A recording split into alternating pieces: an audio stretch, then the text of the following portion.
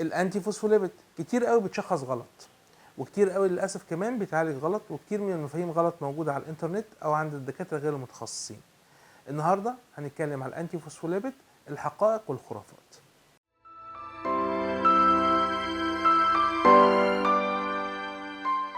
اهلا وسهلا بيكم في دمتم سالمين. ايه الانتي فوسفوليبيد؟ الفوسفوليبيد ده جزيء مهم جدا موجود في الدم عشان يخلي فيه سيوله في الدم، وبالتالي لما يبقى في انتي فوسفوليبيد اجسام مضاده ضد هذا الجزيء، يبقى بالتالي هيحصل عدم سيوله في الدم او لزوجه في الدم، فيحصل جلطات. الجلطات دي مقسومه نصين، نصها يحصل في الشرايين والاورده بره الحمل وده بنسميه جهازي، او نصها يحصل في المشيمه وبالتالي يؤدي الى اجهاض متكرر وده بنسميه له علاقه بالحمل. وبالتالي في منه نوعين، نوع جهازي ونوع له علاقه بالحمل. الانتي فوسفوليبيد في 3 سيناريوهات بيحصلوا.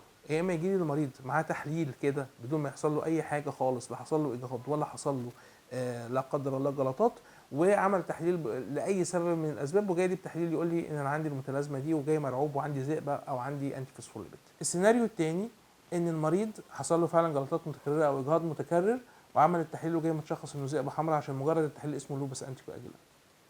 السيناريو الثالث ان المريض جاي بتحاليل مناعيه كتيره من ضمنها ان التحاليل بتاعه الانتي فوسفوليبيد طالعه ايجابيه. كل سيناريو مختلف عن الثاني طبعا، عشان كده انا نصيحتي اول ما نشخص بالموضوع ده لازم نسال دكتور روماتيزم، لازم نروح لدكتور روماتيزم.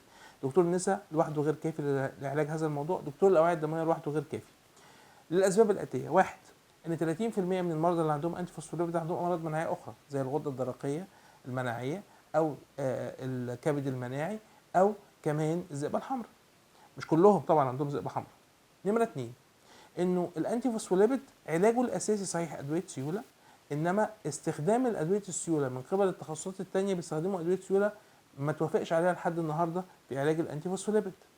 نمره 3 وده الاهم، ان ساعات بيبقى فيه مع الانتي فوسفوليبيد اعراض تانية عند المريض ممكن جدا تخلينا نشخص حاجات تانية مع الانتي فوسفوليبيد، وبالتالي يبقى العلاج متكامل عند دكتور روماتيزم.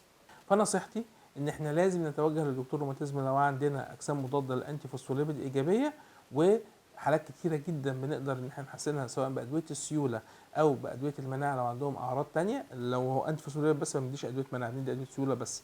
وفي الغالب باذن الله سبحانه وتعالى بنحسن من فرص نجاح الحمل ل 70 80% مش 100%، وان شاء الله باذن الله ربنا يعافيكم ويديكم الصحه ودمتم سالمين.